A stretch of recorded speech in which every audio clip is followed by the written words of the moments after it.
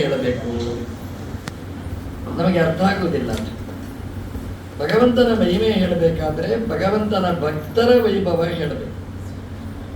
ದೇವರ ವೈಭವ ಅಂತಂದ್ರೆ ದೇವರ ಭಕ್ತರ ವೈಭವ. ಉಳಾಗರ ಮಠದಲ್ಲಿ ದೇವರು ಭಾರೀ ಶಕ್ತ ಅಂದ್ರೆ ಇಷ್ಟು ಜನ ಸೇರ್ತಾರೆ, ಇದೇ ದೇವರ ವೈಭವ. ದೇವರ ಭಕ್ತರ ವೈಭವ, ಭಕ್ತಿಯ ವೈಭವ ಎಲ್ಲಿರ್ತದೆ ಅದು ಭಗವಂತನ ವೈಭವದಲ್ಲಿ ಪರ್ಯವಸಾನ ಆಗುವಂಥದ್ದು.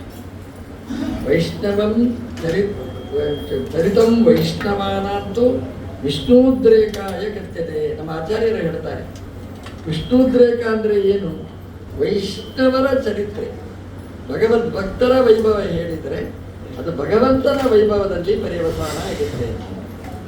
ಶ್ರೀನಿವಾಸ ದೇವರ ವೈಭವ ಇಡೀ ಪ್ರಪಂಚದಲ್ಲಿ ಶ್ರೀನಿವಾಸನಿಗೆ ಹೋಲುವ ದೇವಸ್ಥಾನ ಇಡೀ ಪ್ರಪಂಚದಲ್ಲಿಲ್ಲ.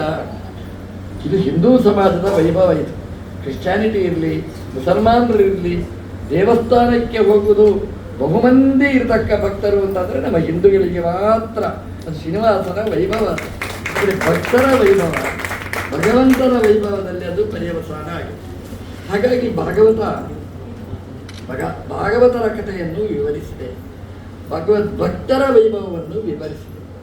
ಭಗವಂತನ ಭಕ್ತರಲ್ಲಿ ಭೀಷ್ಮನೂ ಒಬ್ಬ. ಭೀಷ್ಮನ ವೈಭವವನ್ನು ಭಾಗವತ ಚಿತ್ರಿಸಿದೆ. ಮಹಾಭಾರತದಲ್ಲಿ ಭೀಷ್ಮ ಪರ್ವ ಅಂತಲೇ ಒಂದು ಭಾಗ ಇದೆ. ಶ್ರೀಮದ್ ಭಾಗವತದಲ್ಲಿ ಪ್ರಥಮಸ್ಕಂದದ 9ನೇ ಅಧ್ಯಾಯದಲ್ಲಿ ಭೀಷ್ಮನ ವೈಭವವನ್ನು ವಿವರಿಸಿದೆ. ಏನು ಭೀಷ್ಮನ ವೈಭವ? ಭಕ್ತರ ವೈಭವ ಅಂದರೆ ಏನು? ಭಕ್ತರಿದ್ದಲ್ಲಿಗೆ ಭಗವಂತ ಬಂದಿದ್ದಾನೆ ಅಂತಂದರೆ ಇದು ಭಕ್ತರ ವೈಭವ. ಏನು ಭಕ್ತಿಯ ವೈಶಿಷ್ಟ್ಯ?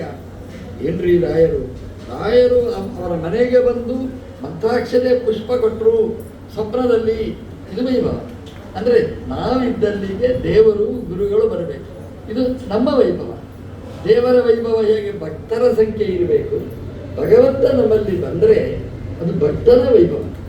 ಭೀಷ್ಮನ ವೈಭವ ಏನು? ಒಂದು ಭಾಗವತ.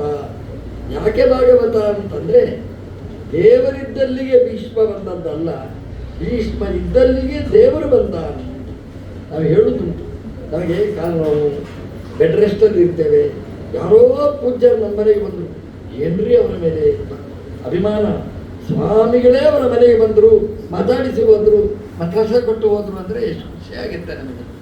ಭೀಷ್ಮ ಸಿಂಹಾಸನದಲ್ಲಿರುವಾಗ ದೇವರು ಬರೋದು ಮುಖ್ಯ ಅಲ್ಲ, ಅವನು ಬೆಡ್ ರೆಸ್ಟ್